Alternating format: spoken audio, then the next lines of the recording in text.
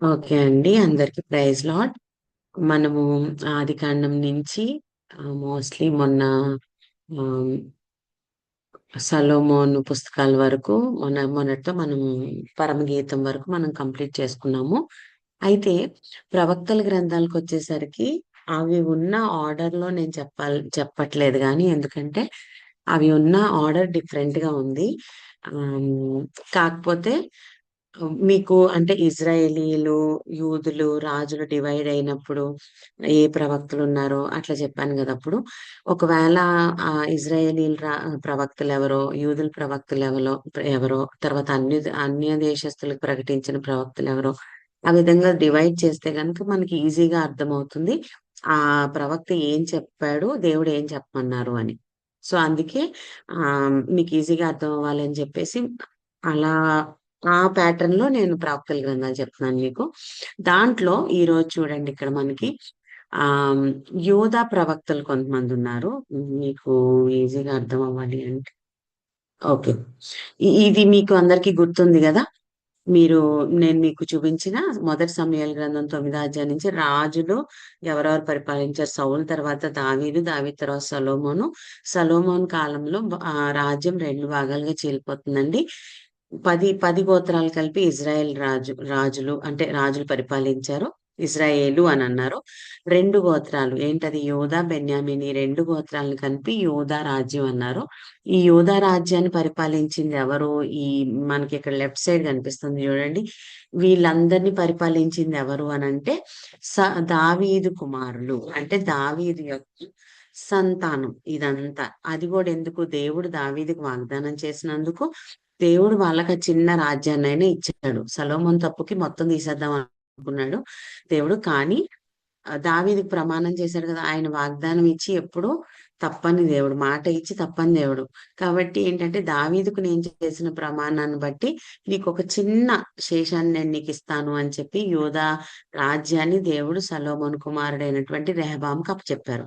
ఆ తర్వాత రెహబాము కుమారుడు అబీయా, ఆసా వీళ్ళిట్లా పరిపాలించుకుంటూ వచ్చారు. సరేనా? ఈళ్ళని యూదా రాజ్యం అన్నారు. వీళ్ళని పరిపాలించిన రాజులు యూదా రాజులు. అయితే నెక్స్ట్ 10 గోత్రాలున్నారు చూడండి ఇజ్రాయెల్ రాజులు. వాళ్ళని పరిపాలించింది ఎవరంటే సొలొమోను సేవకుడు అతనుంటాడు యరొబాము అని. అతను ఐగుప్తుకి పారిపోయాక అతను మళ్ళీ తిరిగి ఇట్లా సొలొమోను చనిపోయాడని తెలిసాక అతను ఇక్కడికి రావడం.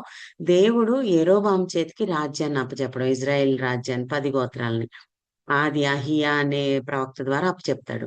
సో అలా అక్కడి నుంచి యరొబాము, నాదాబు, బయెషా వీళ్ళందరూ ఎవరంటేనండి, ఎవరి కుమారులు వాళ్ళు కాదు గానీ వేరు వేరోళ్ళనమాట. ఇక్కడ యూదా రాజులు పరిపాలించినట్లు దావీదు సంతానం ఒకటే సంతానం నుంచి ఎళ్తుంది ఇక్కడ లైన్. కానీ ఇశ్రాయేల్ రాజులు అట్లా కాదు. డిఫరెంట్ డిఫరెంట్ రాజులొచ్చారు. కొంతమంది 15 రోజులు పరిపాలించిన రాజులు గూడా ఉన్నారు. అలా డిఫరెంట్ డిఫరెంట్ రాజులు పరిపాలిస్తే వాళ్ళకి ప్రవచనం చెప్పిన ప్రవక్తలు కొంతమందున్నారు. మనం చూస్తే ఆహాబు నుంచి యెహోరాం టైం వరకు ఏలియా ప్రవక్త. మనందరికి తెలుసు కదా! ప్రార్థన చేస్తే ఆకాశం నుంచి అగ్ని దిగొచ్చి అక్కడ ఉన్న బలిపీఠాన్ని దహించినట్లు మనం చూస్తాం. ఏలియా తర్వాత ఎలీషా సేవ చేశాడు. ఆయన ప్రవక్త. ఆ తర్వాత వీళ్ళిద్దరు కాకుండా బుక్స్ రాసిన వాళ్ళు అంటే ప్రవచన పుస్తకాలు మనం ఇప్పుడు చదువుకోబోయే పుస్తకాలు రాసిన వాళ్ళలో ఓన్లీ ఆమోసు, హోషియా వీళ్ళిద్దరి గురించి అంటే వీళ్ళిద్దరి పేర్లు మనం ప్రవక్తల గ్రంథాల్లో విన్నాం గదండీ! ఆమోసు, హోషేయ ఈళ్ళిద్దరే ఇశ్రాయేలీయులకి ప్రవచనం చెప్పిన ప్రవక్తలు. ఇంకా మిగతా ప్రవక్తల గ్రంథాలన్నీ మనకెక్కడ కనిపిస్తాయంటే యూదా దగ్గర చూడండి మీకా, జకర్యా, యెషయా, ఇర్మియా, యెహెజ్కేలు, దానియేలు, హబక్కూకు, నహూము వీళ్ళందరూ యూదులకి ప్రవచనం చెప్పినోళ్ళే. మిగతా ఓన్లీ ఆమోసు, హోషేయ మాత్రమే మనకి ఇజ్రాయెల్‌కి ప్రవచనం చెప్పినోళ్ళుగా మనం చూస్తాం. ఓకేనా? వాళ్ళు చెప్పినా వినలేదు కాబట్టి దేవుడు ఆళ్ళనేం చేశాడు అనంటే అష్షూరు చెరకు పంపించేసాడు 722 బీసీలో. ఓకే. ఇది మైండ్‌లో పెట్టుకొని ఇప్పుడు నెక్స్ట్ స్లైడ్ చూడండి. ఇక్కడ మనకి ప్రవక్తల గ్రంథాల్ని డివైడ్ చేశాను. ఇది చూస్తే మనం ఆ ఇజ్రాయెల్ ప్రవక్తలు, ఇందాక ఇప్పుడు చెప్పా, ఆమోసు హోషేయ వీళ్ళిద్దరే ఇజ్రాయెల్ ప్రవక్తలు, వాళ్ళకి ప్రవచించిన వాళ్ళు. సరే, యూదా ప్రవక్తలు ఎవరెవరు అని అంటే వీటిని మళ్ళీ మూడు భాగాలుగా, చెరకు ముందు, చెరలో, చెర తర్వాత. చెరకు ముందు అంటే ఈ రాజులు పరిపాలించే కాలంలో ఈ ప్రవచనాలు చెప్పిన వాళ్ళు ఎవరెవరు అని అంటే మీకా, యెషయా, జెఫన్యా, ఇర్మియా, హబక్కుకు, యోవేలు. చెరలో అంటే నెబుకద్నెజరు వాళ్ళని చెరలోకి తీసుకువెళ్ళిపోయాక దానియేలు, షడ్రక్, మేషక్, అబేద్నెగోలు వీళ్ళందరూ ఉన్నారు కదండి. అక్కడి నుంచి నెహెమ్యా గ్రంథం వరకు జరిగిన విషయాల్లో ఈ ప్రవక్తలు పుస్తకాలు రాశారు. దానియేలు, ఎహెచ్కేలు, ఎజ్రా, హగ్గయి, జకర్యా, ఎస్తేరు, నెహెమ్యా. ఓకేనా.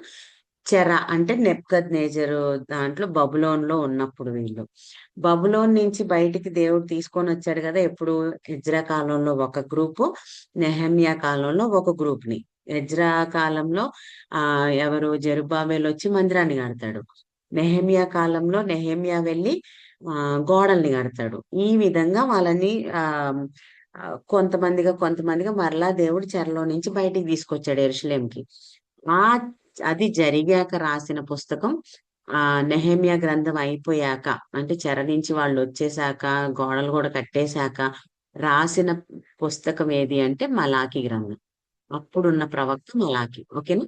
సో అందుకే యూదా ప్రవక్తల్ని చెరకు ముందు, చెరలో రాసిన ప్రవక్తలు ఎవరు, చెర తర్వాత ఎవరు, ఇది మనకు అర్థమైతే చెరకు ముందు ఏం చెప్పుండి ఉంటారో మనం అర్థం చేసుకోగలం. ఏంటంటే మీరు మారండి, ఆ లేకపోతే మిమ్మల్ని చెరకప్ప చెప్తాను అని చెప్పున్నాడు. అంటే మనం క్లియర్ గా చూసుకుందాము తర్వాత. చెరలో ఉన్న వాళ్ళకి ఇదిగో మిమ్మల్ని బయటికి తీసుకొస్తా నేను, ఏ విధంగా తీసుకొస్తా, ఎటువంటి ఆశ ఇచ్చాను అనే చెరలో ఉన్న పుస్తకాలన్నిటి యొక్క థీమ్ ఉంటది. తర్వాత చెర తర్వాత పుస్తకాల్లో అక్కడ జరిగిన విషయాలు ఏంటి అనేది మనం చూస్తా ఉంటాం. సో ఇది యూదా ప్రవక్తలు, ఇజ్రాయెల్ ప్రవక్తలు ఆమోసు, హోషేయ. ఆ ఇక్కడ అన్యుల ప్రవక్తలు, అన్యులకు కూడా రాసిన ఆ అన్యులకు కూడా వెళ్ళి ప్రవచనం చెప్పిన ప్రవక్తలు ఉన్నారు. వాళ్ళు ఎవరెవరు అంటేనండి, నినివే ప్రజలకు ప్రవచనం చెప్పిన ప్రవక్తలు ఎవరంటే యోనా, నహూము. యోనాని దేవుడు పంపిస్తాడు కదా, ఎలానంటాడు ఇదంతా మనకు తెలుసు కదా. ఆ తర్వాత వాళ్ళు వెళ్ళి చెప్పినప్పుడు మారతారు. అది జరిగాక 100 సంవత్సరాల తర్వాత మళ్ళీ నహూం గ్రంథాన్ని దేవుడు రాపిస్తాడు. నహూమును మళ్ళీ పంపిస్తాడు దేవుడు వాళ్ళకి ప్రవచనం చెప్పమని. ఓకేనా. 100 సంవత్సరాల గ్యాప్ లో ఈ రెండు పుస్తకాలు రాయబడినాయి అన్నమాట. ఆ తర్వాత ఏదోమీయులకు ప్రవచనం చెప్పిన ప్రవక్త ఎవరు అనంటే ఓబద్య. ఓబద్య గ్రంథము ఏంటి అనంటే ఏదోమీయులు ఎవరంటే యాకోబు అన్న అయినటువంటి ఏశావు. ఓకేనా. ఏశావుని ఏదోము అని కూడా, ఎర్రని వాడు ఆ ఏదోము అని అతనికి పేరు అనమాట ఏశావుకు. కాబట్టి అతని పేరు మీద ఏదోమీయులు, వాళ్ళ సంతానం అంతటి ఏదోమీయులు అన్నారు. వాళ్ళకి ప్రవచనం చెప్పిన ప్రవక్త ఎవరు అనంటే ఓబద్య. ఓకేనా. మనం డివైడ్ చేస్తే ఇజ్రాయెల్ ప్రవక్తలు ఉన్నారు, యూదా ప్రవక్తలు ఉన్నారు. అన్య దేశంలో ఇద్దరు, ఎవరెవరు, ఈ నినివే పట్టణానికి ప్రవచించిన వాళ్ళు యోనా, నహూము. ఏదోమీయులకు ప్రవచించిన వాళ్ళు ఓబద్య. ఓకేనా. సో ఇది మీకు గుర్తుపెట్టుకుంటే నెక్స్ట్ మనం ఆ ఇంకా ఈ రోజు మనం చెప్పుకోబోయేది ఓన్లీ ఇజ్రాయేలీల రాజులండి. ఆ నెక్స్ట్ క్లాస్ లో మనం ఆ యూదా ప్రవక్తల్ని రెండు భాగాలుగా చెప్పుకుందాం. ఆ తర్వాత ఆ అన్యులకి ప్రవచనం చెప్పిన వాళ్ళు. అయితే ఆ మనం ఫాస్ట్ గా వెళ్ళిపోదాము. హోషేయ ప్రవక్త ఎవరు అని మనం చూస్తే ఇస్రాయేల్ కి ప్రవచనం చెప్పినటువంటి ప్రవక్త. ఏ కాలం నుంచి ఏ కాలం వరకు ఉన్నాడు అనేది మనకు అర్థమైతే ఏం చెప్పాడు అనేది మనకు అర్థమవుతుంది. ఇక్కడ చూడండి, ఇక్కడ క్లియర్ గా మీకు కనిపిస్తుందా. ఆ ఇక్కడ చూడండి, యెరోబాము 2. ఓకేనా. యెరోబాము 2 అని ఎందుకు అన్నాము అంటే ఇక్కడ ఆల్రెడీ ఫస్ట్ పరిపాలించిన రాజు యెరోబామే. అందుకని కన్ఫ్యూజ్ అవుతారని యెరోబాము 2 అని చెప్తారు. ఓకేనా. సో యెరోబాము 2 నుంచి జకర్యా, షల్లూము, మనహేము, పెక్క, హోషేయ. ఇతను కూడా రాజేనండి, ఈ హోషేయ కూడా. ఈ 1, 2, 3, 4, 5, 6, 7 రాజుల కాలంలో ఉన్నటువంటి ప్రవక్త ఎవరంటే హోషేయ. ఓకేనా. అర్థమైంది కదా. ఇతను ఎక్కడి నుంచి, సెకండ్ ఎరోబాము నుంచి హోషియా రాజు వరకు పరిపాలించిన ఈ రాజుల కాలంలో ప్రవచనం చెప్పినటువంటి ప్రవక్త ఎవరు అంటే హోషేయ. అంటే వీళ్ళు అష్షూరు చెరకి వెళ్ళిపోయినప్పుడు కూడా ఉన్నాడండి హోషేయ. అతను ప్రవచనం చెప్పాడు మీరు వెళ్ళిపోతారు అని.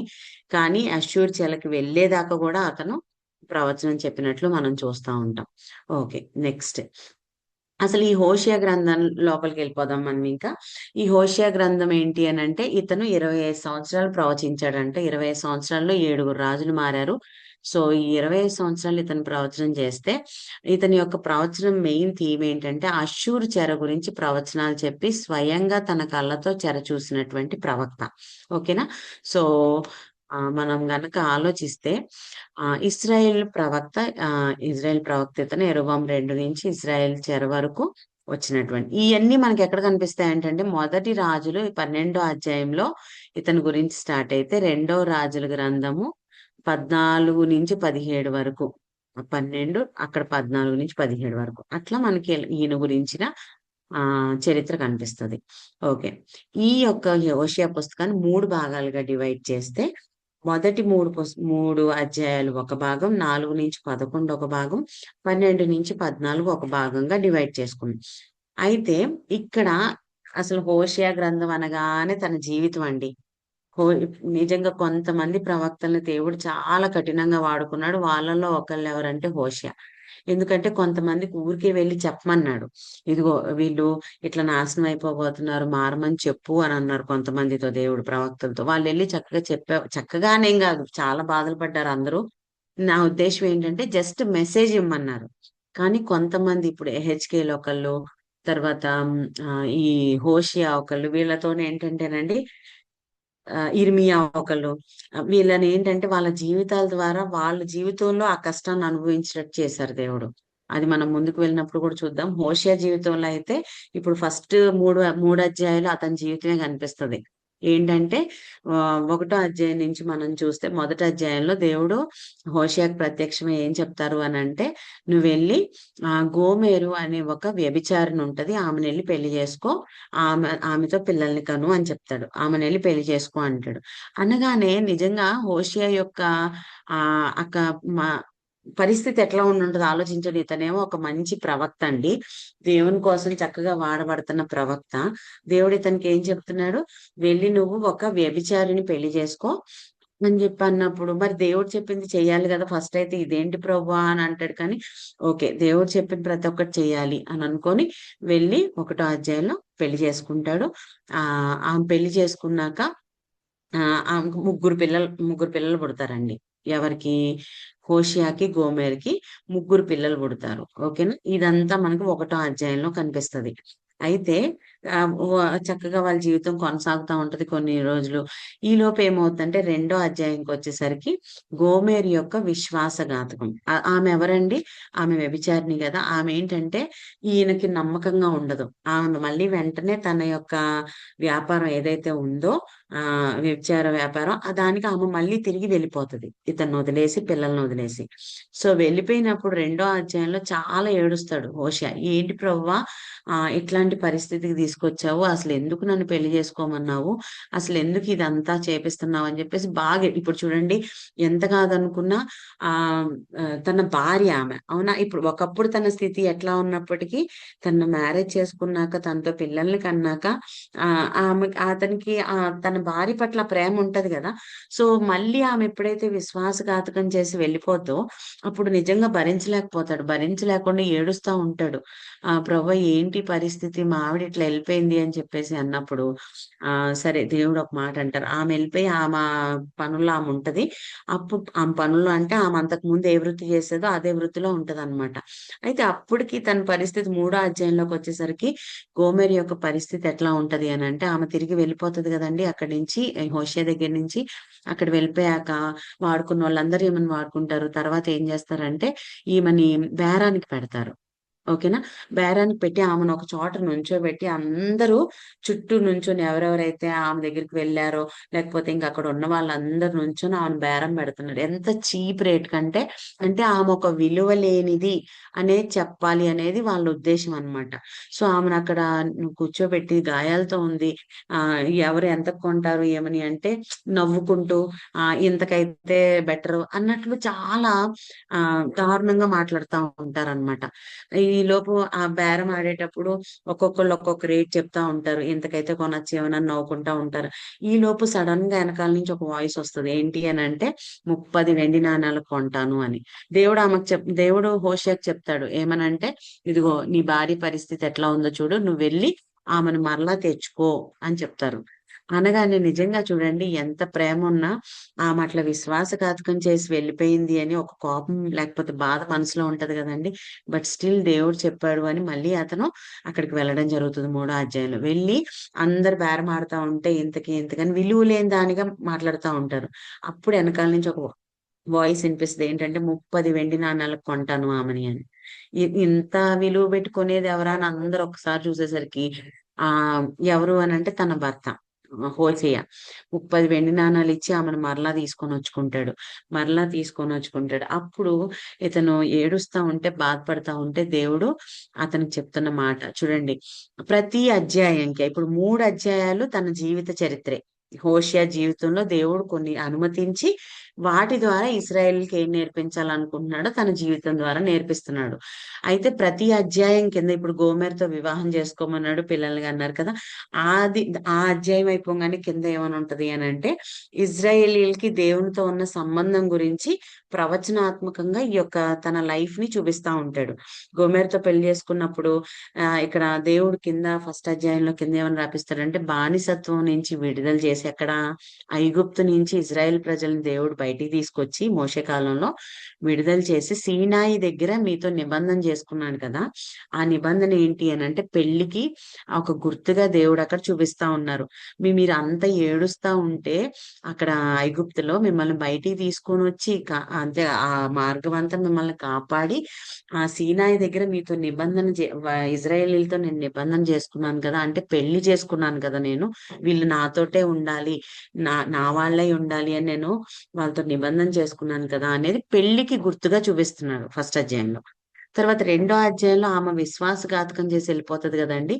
దాని నుంచి హోషేయకి ఏం చెప్తున్నాడంటే దేవుడు వీళ్ళని సరే ఇజ్రాయెల్ ప్రజల్ని సీనాయి దగ్గర నిబంధన చేసుకున్నాను. తర్వాత వాళ్ళని క్షేమంగా కానాన్ దగ్గరికి నడిపించాను.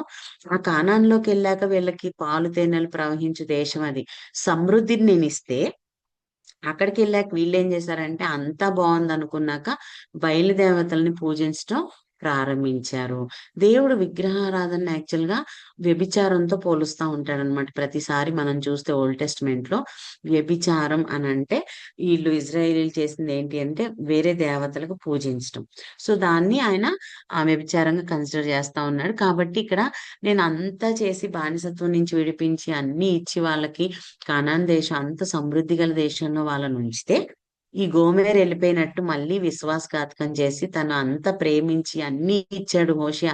అన్ని చేసినా గాని మళ్ళీ ఆమె తన జీవితానికి వెళ్ళిపోయినట్లు ఈ ఇజ్రాయేలీలు కూడా అలానే బయలుదేవతలకు పూజిస్తా పాపం చేశారు అని 2వ అధ్యాయంలో కింద చెప్పిస్తాడు. తర్వాత 3వ అధ్యాయంలో దేవుడు ఏమంటున్నాడు, అయినా నువ్వు వెళ్ళి మళ్ళీ ఆమెను తెచ్చుకో అంటున్నాడు కదండి. ఇప్పుడు ఇక్కడ ఏం నేర్పించాలనుకుంటున్నాడు హోషేయ కంటే హోషేయ వెళ్ళి ఈ మెసేజ్ ని వాళ్ళతో చెప్తాడని. సో గోమెర్ పునరుద్ధరణ బట్టి ఏం నేర్పించాలనుకుంటున్నాడంటే వీళ్ళు నిబంధనను రద్దు చేశారు. అంటే బయలుదేవతలను పూజిస్తా దేవునికి ఇష్టం లేని పనులు చేస్తా ఆ నిబంధనలను రద్దు చేసినా గాని అక్కడ దేవుని కోపం వచ్చినా గాని మళ్ళీ కనికరం ప్రేమతో దేవుడు మళ్ళీ నిబంధనని పునరుద్ధరించాడు. అది 2వ అధ్యాయం 19-20 వచనాల్లో మనకు కనిపిస్తా ఉంటది. సో దేవుడు కోపం వచ్చి వీళ్ళని అసలు తీసేయాలి అని అనిపించినా దేవుని కనికరం ప్రేమ అయ్యో కాదు ఇంకొక ఛాన్స్ ఇస్తే బాగుండు. ఎట్లయితే హోషేయని వెళ్ళి ఒక్కసారి ఛాన్స్ ఇచ్చి గోమెర్ని మళ్ళీ తెచ్చుకో అని అన్నాడో అలానే నేను కూడా ఇశ్రాయేలీని ప్రేమించాను. వాళ్ళు నా మాట వినకుండా తప్పు చేసినా కూడా నేను మరలా వాళ్ళని కనికరంతో ప్రేమతో నా దగ్గరికి చేర్చుకున్నాను. ఎవరు ఆ ఇజ్రాయేలీలు ఇప్పుడు ఏ ఇజ్రాయేలీలకైతే ఇతను ప్రవచనం చెప్తున్నాడో వాళ్ళ గురించి వాళ్ళ చరిత్ర చెప్తున్నాడు అనమాట. ఫస్ట్ నుంచి ఏ విధంగా వాళ్ళు నన్ను బాధ పెట్టారు, అయినా స్టిల్ నేను ఎట్లా ప్రేమిస్తా వచ్చానో నీ నీ వివాహం ద్వారా నేను చూపించాలనుకుంటున్నాను. వాళ్ళు అలాంటోళ్ళని తెలిసినా నేను పెళ్లి చేసుకున్నా అంటే నిబంధన చేశాను. వాళ్ళు అన్ని బాగున్నప్పుడు నన్ను వదిలేసి వెళ్ళిపోయారు. కానీ మళ్ళా నేను వాళ్ళతో నిబంధనను పునరుద్ధరించాను అని చెప్తున్నారనమాట. అయితే ఇదంతా ఎందుకు హోషేయకి చెప్పారు అనంటే, హోషేయ యాక్చువల్ గా ఒకసారి ఏమనుకుంటారు అనంటే, అది మనం గనక చదివితే ఆ ఎందుకు ప్రభువా ఇజ్రాయేలీలు ఇంత పాపం చేస్తున్నా మళ్ళీ వెళ్ళి వాళ్ళకి ప్రవచనాలు చెప్పమంటావు? ఎందుకు తీసేయొచ్చు కదా వీళ్ళందరినీ? అర్థమైందా అండి? యాజ్ ఏ హ్యూమన్ బీయింగ్ ఏమనిపిస్తది జనరల్ గా ఎవరన్నా ఎక్కువ తప్పులు చేస్తున్నా పదే పదే చెప్తున్నా వినకుండా తప్పు చేస్తున్నారనుకోండి, మనం ఏమనుకుంటాము? ఎందుకంటే వీళ్ళని ఊరికే అంత భరిస్తున్నారు. తీసేస్తే పోలా అని అనిపిస్తది కదా మనకి. హోషేయకి కూడా అట్లనే అనిపించింది. ఏంటంటే ఇజ్రాయేలీలు మారరు. ఎందుకు వీళ్ళని ఊరికే బతిమిలాడుకోవడం, ప్రవచనం చెప్పమంటాడు ఎళ్లి నన్ను మళ్ళీ దేవుడు ప్రభు వీళ్ళని అసలు తీసేస్తే పోలా అన్నట్లు అనుకుంటున్నప్పుడు, దేవుడు ఎవరికి హోషేయకి ఆయన జీవితం ద్వారా ఆయనకే ఇప్పుడు చూడండి గోమెర వెళ్ళిపోయినప్పుడు మళ్ళీ తిరిగి అతనికి ఎందుకు అంత బాధ? వదిలేయొచ్చుగా.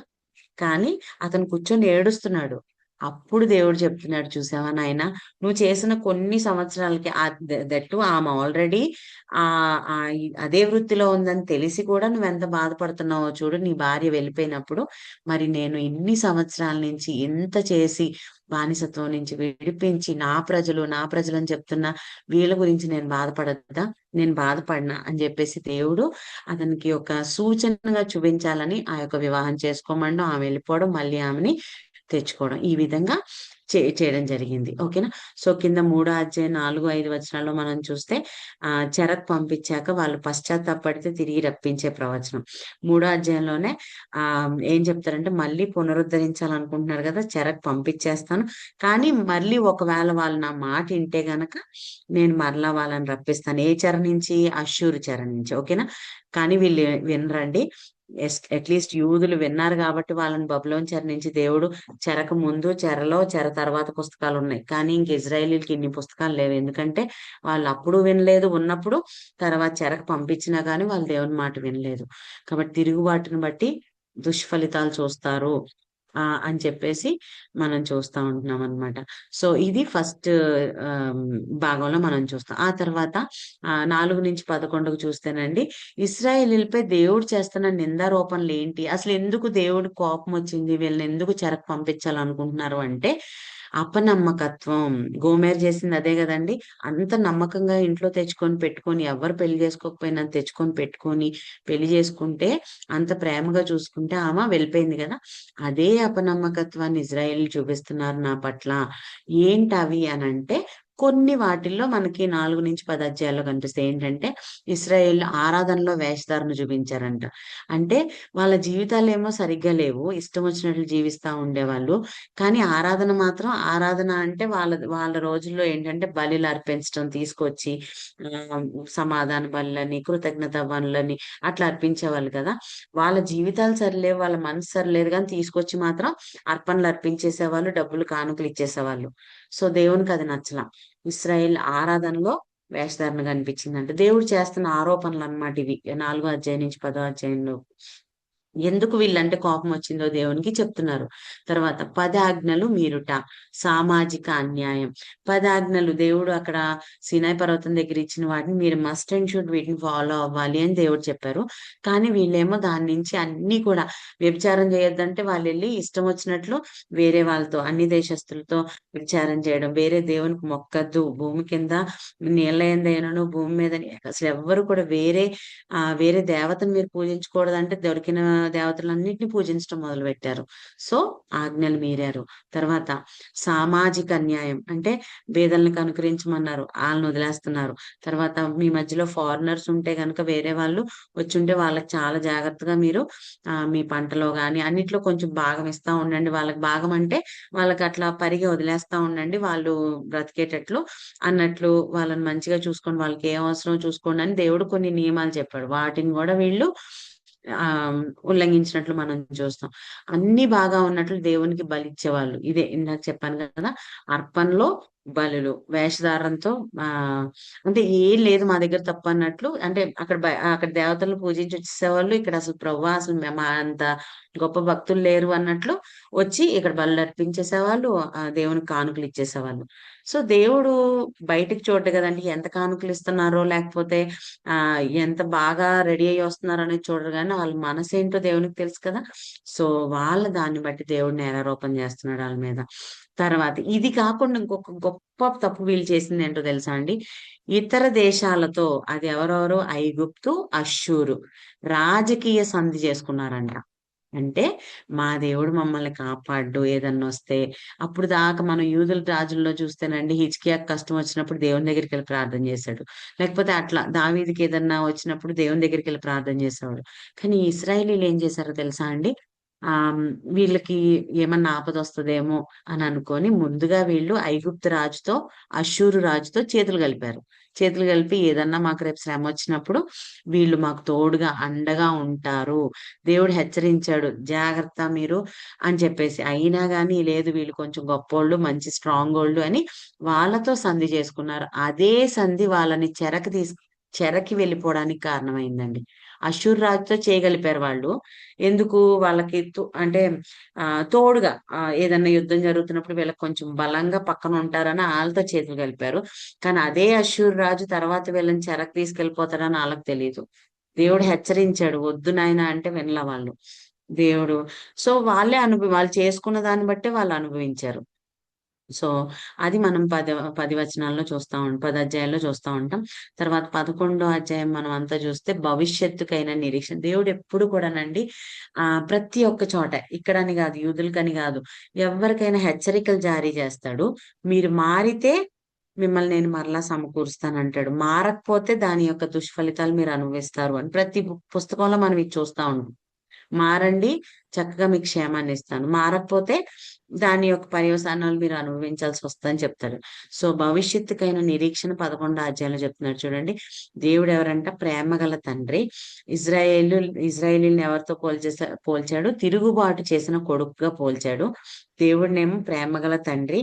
సో ఆ దేవుడు యాక్చువల్ గా అండి తెలుసా, ఐగుప్తు నుంచి కూడా, అంటే అసలు అబ్రహాముని దేవుడు ఎంత ప్రేమించాడో, ఇజ్రాయేలీలు ఎంత తప్పు చేస్తున్నా ఎక్కడ ఐగుప్తులో నుంచి బయటికి తీసుకొచ్చినప్పుడు ఎన్నిసార్లు గొనిగారో సొనిగారో, ఎన్నిసార్లు మాట వినలేదు.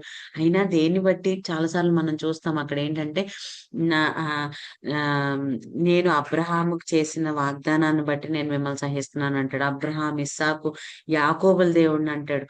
అంటే వాళ్ళని బట్టి దేవుడు వీళ్ళని ఓర్చుకుంటా వచ్చాడు. అర్థమైందా? సో వీళ్ళు తిరుగుబాటు చేసిన కొడుకు అంటే ఒక రిజంబలెన్స్ అన్నమాట. ఎంత తిరుగుబాటు చేస్తున్నా చూడండి, ఒకానొక టైంకి వచ్చేసరికి దేవుడు కృంగిపోతున్నాడంట. వీళ్ళని ఇంత చేస్తున్నాను కదా, నేను అసలు ఎవరిని ఇంత ప్రేమించలేదు, ఇంతగా నేను వీళ్ళ మీద ప్రేమ చూపిస్తున్నా, వీళ్ళు ఎందుకు మారట్లేదని దేవుడు కృంగిపోయే పరిస్థితికి వచ్చారంట. సో కోపం వచ్చినా అగైన్ మళ్ళీ పర్లేదు, అయినా క్షమిస్తాను నా బిడ్డలు అని కరుణ చూపిస్తున్నాడు, క్షమిస్తాను అని అంటున్నాడు. సో అదే మనం 11:8లో చూస్తే ఎఫ్రాయిము నా ముద్దు బిడ్డ అని చెప్పేసి, అంటే ఎంత తప్పు ఎఫ్రాయిము అంటే ఓన్లీ ఎఫ్రాయిం అని కాదు, ఇక్కడ ఇజ్రాయేలీల్లో ఒక గోత్రం ఎఫ్రాయిము. సో ఒక్కొక్కసారి ఒక్కొక్కలా పిలుస్తా ఉంటాడండి ప్రేమగా దేవుడు. సో అట్లా ఎఫ్రాయిము నా ముద్దు బిడ్డ అంటే ఇజ్రాయేలీల్ని దేవుడు ప్రస్తావిస్తున్న విషయం అది అక్కడ. సో ఆ విధంగా దేవుడు మీరు గనక మారితే మంచిగా నేను మిమ్మల్ని మళ్ళీ సమకూరుస్తాను అని భవిష్యత్తుకైన నిరీక్షణని దేవుడు అక్కడ చూపిస్తున్నట్లు మనం చూస్తామండి.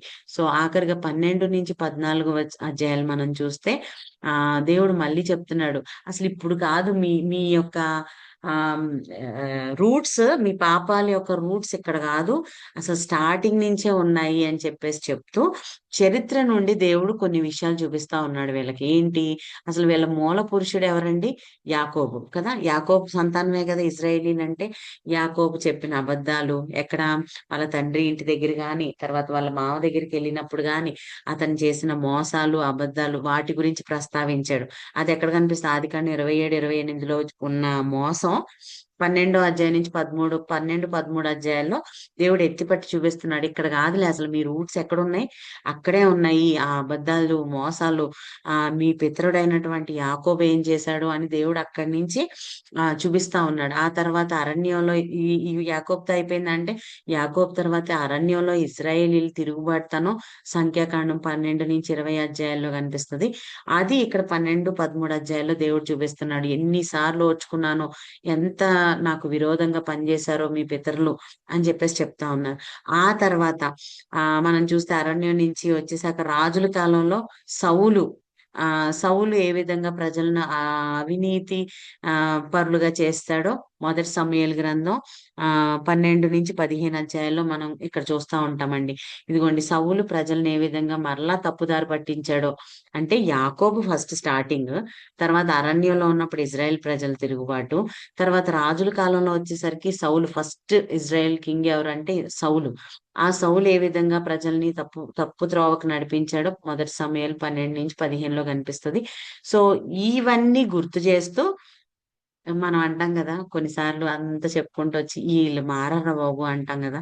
అలానే దేవుడు కూడా కొన్ని కుటుంబాలు ఎప్పటికీ మారవు. అంటే వాళ్ళ ఆ తప్పు పదే పదే చేస్తానే ఉంటారు. ఎంత మార్చుదామని ట్రై చేసినా ఆ మారరు అని ఇంకా ఒకలాంటి కోపం వచ్చి దేవునికి మీరు మారరు అని అంటారు చూడండి. అలా అనేసే పరిస్థితి వచ్చింది అనమాట ఇజ్రాయేలీని. సో ఆ రూట్స్ అన్ని తీసుకొచ్చి ఇలా ఇలా జరిగింది, మీరు కూడా అట్లానే ఉన్నారు, మీరు కూడా మారే మనుషులు కాదు అని దేవునికి కోపం వచ్చి ఇంకా మీరు మారరు అని. ఆ సో ఇప్పుడు మళ్ళీ పునరుద్ధరించడానికి ఏం చేయాలనుకుంటున్నాడు అంటే, ఒకవేళ మీరు అదే ఇక్కడ 14 అధ్యాయంలో మనం చూస్తే దేవుడు ప్రతిసారి చిన్న నిరీక్షణ ఉంచుతాడు. ఒకవేళ మీరు పశ్చాత్తాపడితే, పశ్చాత్తాపానికి పిలుపునిస్తున్నాడు. మీరు గనక పశ్చాత్తాపడితే దేవుడు 12 అధ్యాయం, ఆదికాండం 12 అధ్యాయంలో ఎవరికి వాగ్దానం చేశారంటే, అబ్రహాంకి చెప్పాడు కదా, నీ సంతతిని నేను ఆశీర్వదిస్తాను, వాళ్ళని గొప్పగా చేస్తాను అన్నాడు కదా. ఆ ఆశీర్వాదాన్ని నేను జ్ఞాపకం చేసుకొని నేను మిమ్మల్ని ఆశీర్వదిస్తాను. దేవుడు అక్కడ 14 అధ్యాయం 4వ వచనంలో గుర్తు చేస్తున్నారు. ఏంటంటే ఆ ఇదే, మీరు గనక పశ్చాత్తాపడి గనక ఒక్కసారి 14:4 చదువుతారండి, మనం ముగించుకుందాం ఇది. హోషియా గ్రంథం 14 అధ్యాయం 4వ వారు వచనం. విశ్వాసఘాతకులు కాకుండా నేను వారిని గుణపరచుదును. వారి మీదనున్న నా కోపము చల్లారెను. మనస్ఫూర్తిగా వారిని స్నేహితును. చాలమ్మా. ఇక్కడ మనం చూస్తే పశ్చాత్తాపడమంటున్నాడు. పశ్చాత్తాపడితే ఒకవేళ మీరు గనక నిజంగా మీ జీవితంలో ప్రభువా తప్పు చేశాము, ఇగో దేవుడు ఏదైతే నిందారోపణలు చేశాడో, ఆజ్ఞలు మీరారు, ఆరాధనలో వేషధారణ చూపించారు, బలులు అర్పించడంలో వేషధారణ చూపించారు, ఐగుప్తు అష్షూరుతో సంధి చేసుకున్నారు, ఇవన్నీ గనక ప్రభువా మమ్మల్ని క్షమించండి, తెలియకో తెలుసో లేకపోతే తప్పు చేసేసాము మమ్మల్ని క్షమించు అంటే గనక, నేను అబ్రహాంకి ఇచ్చిన వాగ్దానాన్ని గుర్తు తెచ్చుకొని మిమ్మల్ని మరలా ఆశీర్వదిస్తాను అనేది ఒక పశ్చాత్తాపానికి పిలుపుని దేవుడిస్తున్నాడు. కానీ వాళ్ళు అలా చేశారా అంటే అండి, లేదు. సో బుద్ధిమంతులైతే జనరల్ గా ఏం చేస్తారంటే, గతంలో చేశారనుకోండి తప్పు, దాన్ని సరిదిద్దుకోవడానికి ట్రై చేస్తారు. కానీ భవిష్యత్తు గురించి ఆలోచిస్తారు. కానీ బుద్ధిహీనులైతే ఏం చేస్తారు, ఇంక చేశాం కదా ఎట్లయినా అన్నట్లు ముందుకు వెళ్ళిపోతారు. కాబట్టి ఇజ్రాయేలీలు ఎలాంటి కేటగిరీకి చెందారంటే, దేవుడు చెప్తున్నప్పుడు విని కొంచెం మారునుంటే మంచిగా వాళ్ళ జీవితం ఉండేది. కానీ వీళ్ళు ఆ మాటకి విలువ ఇవ్వలేదు. అయితే అయిందిలే, అట్లనే అనుకున్నారులే అని వదిలేశారండి. వాళ్ళ భవిష్యత్తును వాళ్ళే చేతులారా నాశనం చేసుకున్నారు. ఇది హోషియా గ్రంథం. హోషియా గ్రంథంలో ముఖ్యంగా వాళ్ళు తప్పు చేశారు, దేవునికి అపనమ్మకత్వం చూపించారు, దేవుడు మరలా వాళ్ళని ఎలా ప్రేమిస్తా ఉన్నాడో హోషియా గోమేరు ఈ స్టోరీ ద్వారా, అంటే వాళ్ళ జీవితం ద్వారా వాళ్ళని ఎట్లా దగ్గరికి చేర్చుకోవాలనుకుంటున్నాడో దేవుని యొక్క మనసుని చెప్తా ఉన్నారు. తర్వాత మనం చూస్తే ఆమోస్ పుస్తకం అండి. ఆమోస్ ప్రవక్త, ఇతను కూడా ఇజ్రాయెల్ ప్రవక్త. ఇతను ఎవరనంటే ఒక ప్రవక్త కాదు, ఇతను గొర్రెల కాపరి అండ్ మేడి చెట్లు పెంచేటువంటి రైతు. ఓకేనా, 7:14లో మనకు అతని యొక్క బ్యాక్గ్రౌండ్ ఉంటుందండి. ఇతను ఎవరంట, గొర్రెల కాపరి, అలానే మేడి చెట్లు పెంచేటువంటి ఒక రైతు. అయితే ఒకసారి సడన్ గా దేవుడు ఇతన్ని పిలిచి, ఇదిగో నేను చెప్పాలనుకున్నది చెప్దుగాని రా ఇజ్రాయేలీలకి అని చెప్పేసి దేవుడు ఇతన్ని ఎన్నుకుంటాడు. ఈ ఆమోస్ గ్రంథంలో మనకు మెయిన్ గా నీతి న్యాయం అనేది ఎక్కువ కనిపిస్తా ఉంటది. ఇస్రాయేల్ ప్రవచించినటువంటి ప్రవక్త ఏ కాలంలో అని మనం చూస్తేనండి, యెరోబాము 2. ఇక్కడ చూడండి, ఆమోసు మీకు కనిపిస్తుంది కదా. హోషేయ ఏమో యెరోబాము 2 నుంచి హోషేయ రాజు వరకు చెప్పాడు. యెరోబాము 2 ఓన్లీ అతను ఒక్క కాలంలోనే ఈ ఆమోస్ ప్రవక్త ఆ అదే ఆమోసు ఉన్నట్లు మనం చూస్తా ఉంటున్నాం. సో ఆ గ్రంథంలో ఏం దేవుడు చెప్పాలనుకున్నాడని మనం చూస్తే దీన్ని కూడా 3 భాగాలుగా మనం విభజించుకుంటే అండి, 1, 2 అధ్యాయాల్లో అన్ని దేశాలకి ఇస్రాయేల్‌కి సందేశం ఇవ్వాలనుకున్నాడు దేవుడు. అంటే 1, 2 అధ్యాయాల్లో మనం చూస్తే ఇది చూడండి, ఇజ్రాయెల్ సెంటర్ పాయింట్. ఇజ్రాయెల్ చుట్టూ ఎవరెవరు ఉన్నారు ఇక్కడ మనం చూస్తే తూరు, దమస్కు, అమ్మోను, మోయాబు, ఏదోము, గాజా. ఓకేనా. సో యోధా ఇజ్రాయెల్ వేరు కదా. ఇజ్రాయెల్ అంటే 10 గోత్రాలు, యోధా అంటే 2 గోత్రాలు. ఓకేనా. సో వీళ్ళందరూ చుట్టూ ఉన్నటువంటి రాజ్యాలు అన్నమాట, అన్య రాజ్యాలు. అయితే దేవుడు ఈ 1, 2 అధ్యాయాల్లో మనం చూస్తే తూరు 1, 2 మార్లు చేసిన దోషాలను బట్టి, తర్వాత దమస్కు 1, 2 సార్లు చేసిన దోషాలను బట్టి, అమ్మోను అట్లా ఒక్కొక్క రాజ్యం గురించి చెప్తూ వాళ్ళు చేసిన తప్పుల గురించి చూపిస్తా ఉన్నాడు. అంటే మెయిన్ ఆ ఎవరికి దేవుడు బుద్ధి చెప్పాలి అనుకుంటున్నాడంటే ఇవన్నీ చెప్పడం వలన, ఇవన్నీ ఎందుకు ఆమోసునెళ్ళి ఇస్రాయేల్ ప్రజలకు ఎందుకు చెప్పమన్నాడు. తూరు ఈ తప్పు చేసింది, అంటే తూరు పట్టణం లేకపోతే ఆ ప్రజలు ఈ తప్పు చేశారు, దమస్కు వాళ్ళు ఈ తప్పు చేశారు, అమ్మోను వాళ్ళు ఈ తప్పు చేశారు అని ఎవరికి వెళ్ళి చెప్తున్నాడు. వాళ్ళకి కాదు, ఇజ్రాయెల్ ప్రజలకు వెళ్ళి చెప్తున్నాడండి ఆమోసు. దేవుడు చెప్పమన్నాడు. ఎందుకు అంటే వాళ్ళు చేసిన తప్పులను బట్టి దేవుడు ఏ విధంగా వాళ్ళ మీద శిక్ష తెప్పిస్తున్నాడో. కాబట్టి ఒక్కసారి మీరు ఆలోచించుకోండి, మీరు ఏ తప్పులు చేస్తున్నారో దేవుడు మరి మీకెంత శిక్ష వెయ్యాలో అనేది మీరు ఆలోచించుకోండి అని చెప్పడానికి దేవుడి చుట్టూ అన్ని కూడా అన్య దేశాలపై దేవుడు ఇవ్వబోతున్న తీర్పు గురించి ఆమోస్ ద్వారా ఇజ్రాయెల్ తో మాట్లాడుతున్నాడు. ఓకేనా. సో ఈ ఇజ్రాయెల్ పై ఆరోపణలు మనం సెకండ్ చాప్టర్ అంటే 1, 2, 1వ అధ్యాయం మొత్తం, 2వ అధ్యాయం సగం వరకు అన్ని దేశాలపై ఆరోపణలు చేస్తాడు. ఎవరి దగ్గరికి వెళ్ళి? ఇజ్రాయెల్ దగ్గరికి వెళ్ళి. తర్వాత అసలైంది మెయిన్ పాయింట్ ఎవరు? వీళ్ళు కదండి, ఇజ్రాయేలీలు కదా. సో ఆ 2వ అధ్యాయం మిగతా సెకండ్ హాఫ్ చూస్తే ఇజ్రాయెల్ పై ఆరోపణలు కనిపిస్తాయి. సో దేవుడు అసలు వీళ్ళ మీద ఏంటి ఆరోపణలు ఆ సెకండ్ హాఫ్ లో మనకు కనిపించేది ఏంటంటే, సెకండ్ చాప్టర్ హాఫ్ లో వీళ్ళ మీద ఏం తప్పులు మోపుతున్నాడంటే, ఇందాక మనం ఆల్రెడీ చూసాం కదండి. నేరారోపణలు ఏంటి వీళ్ళ మీద అంటే, పేదలను త్రోసిపుచ్చటం. దేవుడు పేదలను కనికరించమన్నాడు, వాళ్ళకి అన్ని హెల్ప్ చేయమంటే వీళ్ళు త్రోసిపుచ్చుతున్నారు. తర్వాత వారిని అప్పుల బానిసత్వంలో నెట్టడం, వాళ్ళతో లేనిపోయినవి అన్ని చేపించి వాళ్ళని అప్పుల పాలు చేసేసి వాళ్ళని దాంట్లోనే కృంగిపోయేటట్లు చేయడం. తర్వాత వారికి న్యాయాన్ని చేయకపోవడం. మెయిన్ గా దేవుడు ఆ యెరోబాము 2 కాలంలో దేవుడికి బాగా కోపం వచ్చింది ఏంటి అంటే, ఈ విధంగా బేదల్ని వీళ్ళు అన్యాయంగా ఇది చేయడము, వాళ్ళ దగ్గరికి వాళ్ళకి డబ్బులు అడిగినప్పుడు ఇవ్వడం, తర్వాత ఎక్కువ వడ్డీలు వేసేసి వాళ్ళకి, అంటే వాళ్ళు రేపు కట్టుకోలేరు కదండి బేదలు. సో వాళ్ళ మీద మోయలేని భారాలను మోపించడం. ఇదంతా దేవునికి బాగా కోపం వస్తుంది. ఎందుకంటే నేను చెప్పింది ఏంటి, మీరు చేస్తుంది ఏంటి అని దేవుడు ఎంత కోపంగా, ఇంకా చాలు, ఇంకెక్కడితో మీ మోసాలని లేకపోతే మీ యొక్క అన్యాయాన్ని నేను ఇంకా భరించలేను అని చెప్తున్నట్లు మనం చూస్తున్నాం సెకండ్ హాఫ్ లో. ఓకేనా. సో ఇది 1, 2 అధ్యాయాలు ఏంటంటే, అన్ని దేశస్తులకి ఆరోపణలు, వాళ్ళ తప్పులు చూపించి వాళ్ళకి ఇచ్చే శిక్ష. తర్వాత మెయిన్ సెంటర్ పాయింట్ ఎవరు? ఇజ్రాయేలీలు. సో అది సెకండ్ హాఫ్ లో మనం చూస్తే మీ మీద మోయాల్సిన తప్పుల ఆరోపణలు ఏంటి అని అంటే ఇవి. కాబట్టి ఇంకా మీరు ఇప్పటికైనా ఆపితే బాగుపడతారు అని చెప్తాడనమాట. సరే, 3 నుంచి 6 అధ్యాయాలు మనం చూస్తేనండి, ఇస్రాయేల్ కి దాని నాయకులకు, అంటే ఇజ్రాయేలీ నాయకులకు దేవుడిచ్చిన సందేశం ఏంటి అంటే, నాయకులంటే ఎవరు? రాజులు అవ్వచ్చు, లేకపోతే కొంతమంది అబద్ధ ప్రవక్తలు ఉన్నారు. ఆ అబద్ధ ప్రవక్తల ప్రాబ్లం ఏంటో తెలుసా అండి? అక్కడేమో వాళ్ళందరూ నాశనం అయిపోతా ఆల్రెడీ విగ్రహారాధన భయంకరంగా చేస్తున్నారు. దేవుని కోపం తెప్పిస్తుంటే అక్కడున్న ప్రవక్తలు, అంటే వాళ్ళు పెట్టుకున్న ప్రవక్తలు, వాళ్ళు వచ్చి ఏం చెప్తున్నారో తెలుసా? అంతా సమాధానంగా ఉంది, దేవునికి అసలు కోపమే లేదు, మీరు చేస్తుందన్నీ మంచిగా చేస్తున్నారు అని వీళ్ళని ఆ అంటే మామూలుగా తప్పు చేస్తున్నారని హెచ్చరించాల్సింది పోయి, వాళ్ళు బాగుంది, అంతా బాగుందని చెప్పేసి వీళ్ళని ఆమ్, ఏంటంటే కంఫర్ట్ చేస్తున్నారు. కన్ఫ్రంట్ చేయాలి యాక్చువల్ గా, మీరు తప్పు చేస్తున్నారు అని. కానీ వీళ్ళు ఏం చేస్తున్నారంటే కంఫర్ట్ చేస్తారు, ఏం కాదు, బాగుంది, అంతా బాగుంది, ఏం కాదు అని చెప్పేసి చెప్తున్నారు.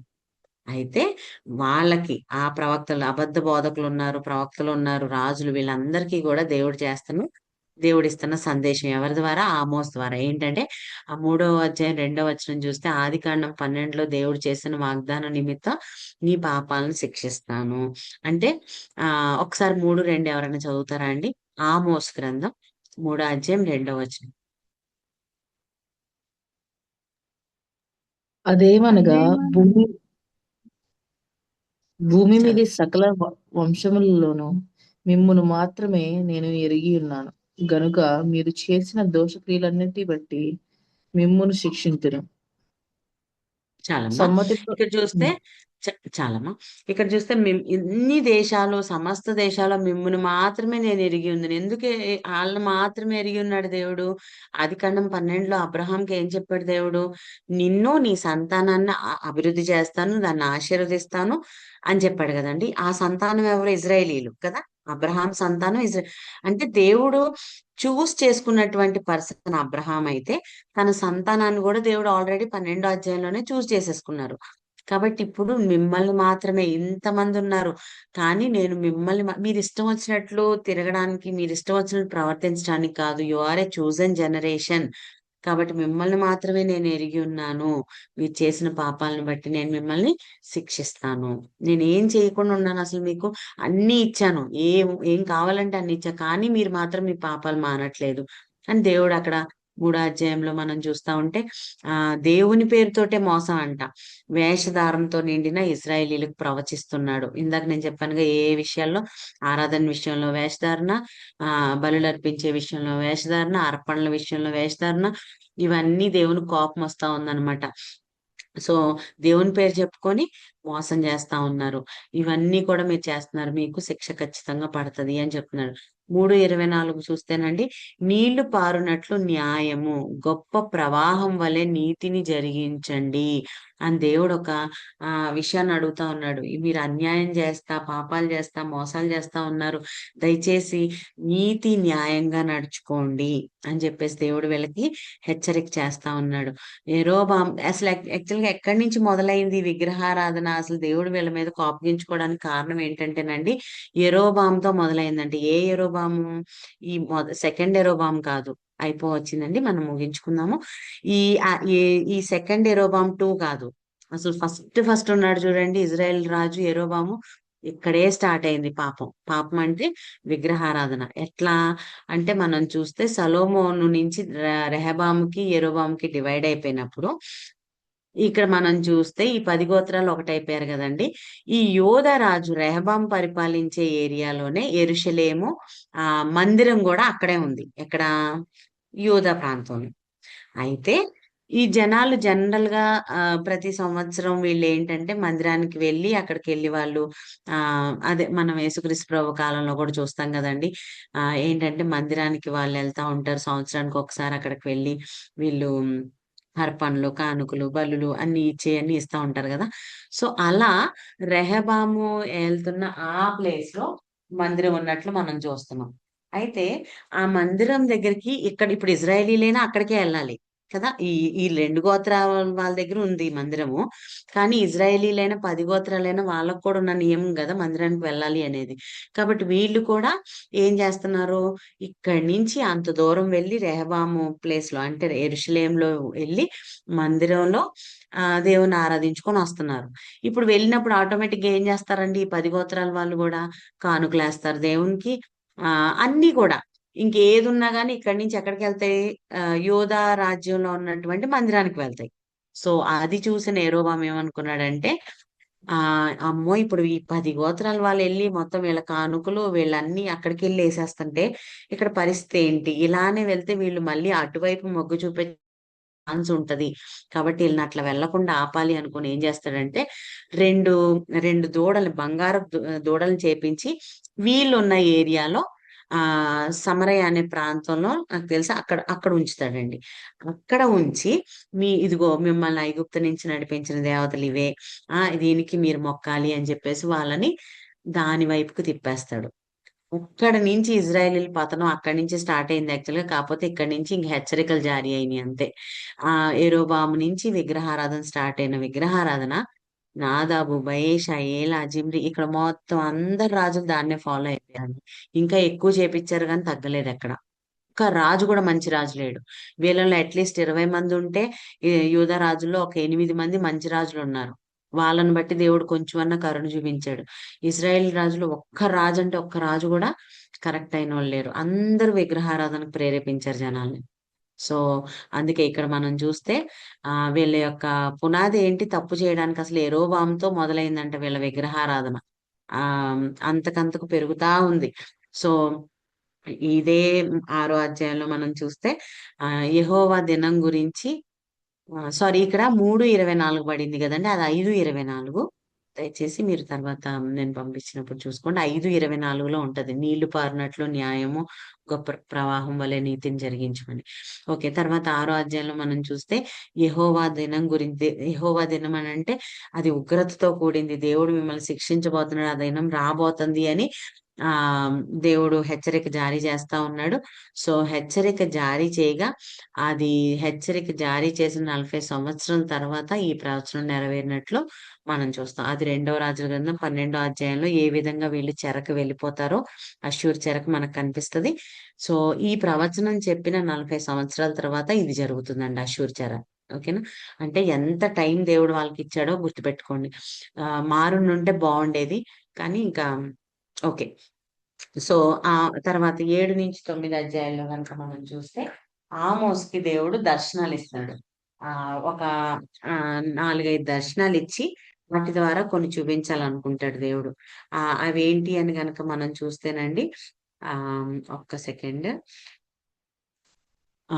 ఇక్కడ ఫస్ట్ యెహోవా దినం గురించి, అంటే దేవుడు ఇంక నాశనం చేయబోతున్నారు, ఇంక మీకు ఛాన్స్ లేదు అనడానికి దేవుడు చూపించిన దర్శనాలు ఆమోస్‌కి. మొదటిది ఏంటంటేనండి, 7వ అధ్యాయం 1-4లో మనం చూస్తే మిడతల ఒక దండొచ్చి మొత్తం ఆ ఉన్న పొలాన్నంతటిని తినేస్తుంది.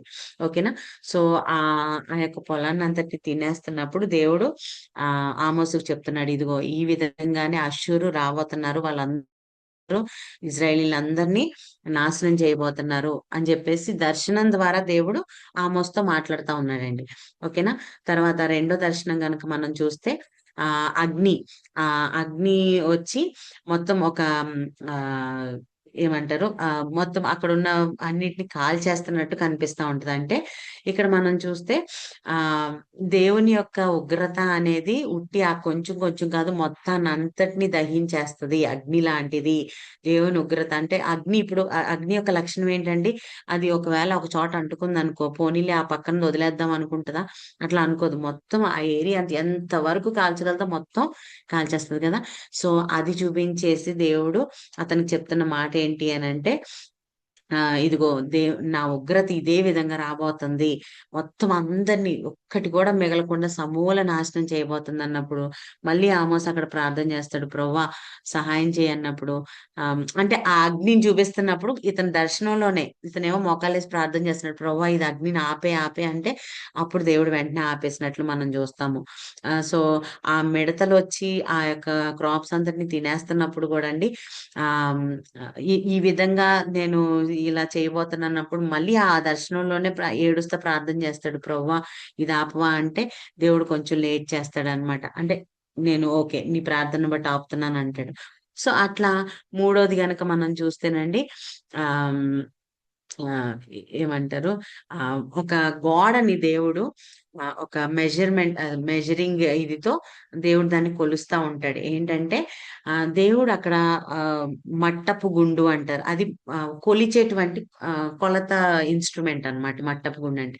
ఆ గోడను కొలుస్తా ఉంటాడు. కొలుస్తా దేవుడు అతనికి చెప్తాడు, ఇదిగో నా యొక్క నీతిని బట్టి నేను కొలిచినప్పుడు ఎంతగా వీళ్ళు, అంటే దానికి ఎక్కడా కూడా తోలన లేదు. నా నీతిని బట్టి వీళ్ళు చేస్తున్న తప్పుకి ఎక్కడా కూడా వీళ్ళకి తోలన లేదు అని అన్నప్పుడు, అంతగా చెడిపోయారు ఇజ్రాయేలీలు అని చెప్తున్నప్పుడు, ఖచ్చితంగా ఇంకా జడ్జిమెంట్ అనేది వస్తది వీళ్ళ మీద అనేది ఆమోస్‌కి దేవుడు చెప్తా ఉన్న విషయం అన్నమాట. తర్వాత 8వ అధ్యాయం 1-3 వరకు చూస్తేనండి, వేసవి కాలపు పండ్ల గంప అంతం వచ్చింది ఇంకా.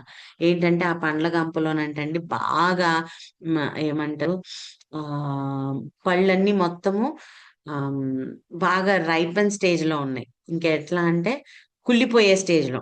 సో అది దేవుడు చూపిస్తా ఉన్నాడు. ఇంకా కుళ్ళిపోయిన స్టేజ్ కాదు. ఇంకేంటంటే ఇది ఇప్పుడు తినకపోతే ఇది వేస్ట్ అయిపోద్ది అనే స్టేజ్ లో ఉన్నారు. ఓకేనా? అంత బాగా పండిపోయి ఉన్నాయన్నమాట. అంటే వాళ్ళ యొక్క తప్పులు ఆ విధంగా పంటకొచ్చినాయి. ఇంకా తీసేయడానికి వచ్చింది. కాబట్టి రెడీ ఫర్ రైప్. ఓకేనా?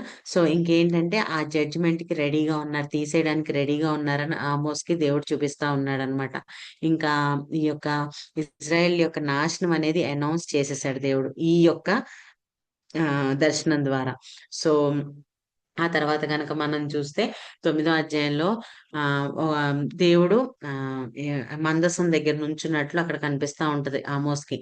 ఏంటంటే ఇంకా అయిపోయింది, నేను ఇంకెవ్వరూ కూడా తప్పించుకోలేరు ఆ ఈ యొక్క అదే జడ్జిమెంట్ ని అని చెప్పేసి దేవుడు ఫైనల్ దర్శనం అనేది అతనికి ఇచ్చినట్లు మనం చూస్తా ఉంటాము. సో ఈవెన్ ఒకవేళ మీ మధ్యలో మందసం ఉండొచ్చు, లేకపోతే ఏది ఉన్నా కానీ ఏది కూడా మీ యొక్క ఆ నాశనాన్ని కాపాడలేదు. అంటే వాళ్ళు అనుకుంటారు కదా జనరల్ గా, ఏముంది మా మధ్యలో మందసం ఉంది కదా, లేకపోతే దేవుని సన్నిధి ఉంది, ఒకవేళ దాన్ని బట్టి మేము బతికిపోతామేమో అనుకుంటారేమో. ఇంక అందుకే లాస్ట్ దర్శనం ఏంటంటే ఆ మందసం దగ్గర దేవుడు నించొని కనిపిస్తున్న దర్శనం ఏంటంటే ఈవెన్ అది కూడా మిమ్మల్ని మీ యొక్క పాపాల నుంచి కాపాడలేదు, అయిపోయింది మీ పని, ఇంకా మీరు డిస్ట్రక్షన్ కి రెడీగా ఉన్నారు అని చెప్పేసి. అయితే ఇంత చెప్పేసండి, ఎంత కోపం ఎంచుకొని ఇవన్నీ ఎప్పుడు చెప్తారు? ఇంక లేదు, మీ ఛాన్సే లేదు, మిమ్మల్ని వదిలేస్తున్నాను, ఇప్పుడు కాదు అసలు మీ పాప, లేకపోతే ఇంత తప్పు చేశారు మీరు అని ఇంత చెప్పాక ఎవరన్నా ఒక మంచి మాట చెప్తారా అండి? జనరల్ గా ఇవన్నీ ఎప్పుడు వస్తాయి? బాగా కోపం వచ్చినప్పుడు కదా ఈ మాటలన్నీ వచ్చేది. ఇంకా అయిపోయింది, ఛాన్స్ లేదు, మిమ్మల్ని వదిలే ఛాన్స్ లేదు. చెప్పాక కూడా దేవుడు ఎంత ప్రేమ గల్లోళ్ళు అంటేనండి, 9వ అధ్యాయం 11 నుంచి 15 ఆఖరి వచనాల్లో మనకు అదే కనిపిస్తుంది. ఏంటంటే ఒక ఆశాకిరణం దావీదు వంశం నుండి ఒక చిన్న ఆశ చిగురిస్తుంది. ఏంటి ఆ ఆశ అంటే, దావీదు వంశం నుంచి అంటే యేసుక్రీస్తు ప్రభు వారి గురించి ఇక్కడ యాక్చువల్ గా ఏమంటారు, ప్రవచనం ఇది. కాకపోతే మీరు మారితే అది చూడగలుగుతారు, క్షేమాన్ని ఇస్తాను, ఇతరుల దేశాలపై కూడా మీకు రాజ్యాధికారాన్ని మళ్ళీ ఇస్తాను నేను, ఒకవేళ మీరు మారి నా వైపు గనక తిరిగితే మిమ్మల్ని రీస్టోర్ చేస్తాను అనేది దేవుడు చెప్తా ఉన్నారు. సో ఇస్రాయేలీలకి దేవుడు ఇద్దరి ద్వారా చెప్పించాడు, హోషియా, ఆమోస్. హోషియానైతే డైరెక్ట్ గా ప్రాక్టికల్ టాకే అన్నమాట, అది అతని జీవితం ద్వారా. అయినా వాళ్ళు వినలేదు. ఆమోసు యెరోబాము 2 కాలంలో స్టార్ట్ చేశాడండి చెప్పించడం. ఆమోస్తో చెప్పించాడు, వినలేదు. మళ్ళీ ఆమోస్ నుంచి లాస్ట్ చెరకు వెళ్ళేదాకా హోషియా చెప్తానే ఉన్నాడు. తన జీవితం ద్వారా కూడా చూపించాడు. అయినా బట్ స్టిల్ ఎవ్వరు కూడా మారలేదు. అష్షూరు చెరకు వాళ్ళు చేసుకున్న తప్పే, వాళ్ళు కలిపిన చేతులే అవి, వాళ్ళనే చెరకు తీసుకెళ్లిపోయేటట్లు చేసుకున్నాయి. సో ఆ విధంగా చేసిన వాళ్ళ జీవితం అండి, అష్షూరు చెరకు వెళ్ళిపోయాక మళ్ళీ వాళ్ళ జీవితంలో వాళ్ళ అడ్రస్ లేరండి. యూదులు మళ్ళీ తిరిగి వస్తారు కానీ వాళ్ళు తప్పు మానుకొని దేవుని దగ్గర పశ్చాత్తాపడి, ఈ అష్షూరు చెరకు వెళ్ళిన ఇజ్రాయేలీలు మాత్రం మళ్ళీ వెనక్కి తిరిగి వచ్చేది ఉండదు. వీళ్ళ అడ్రస్ కూడా మనకి కనిపించదు. అంటే 10 గోత్రాలు అలా తుడిచిపెట్టేశాడు దేవుడు. ఏ విధంగా అయితే ఆమోస్కు దర్శనాలు ఇచ్చాడో దేవుడు ఇక్కడ, ఆ విధంగానే దేవుడు వాళ్ళని నాశనం చేసేసినట్లు మనం చూస్తాం.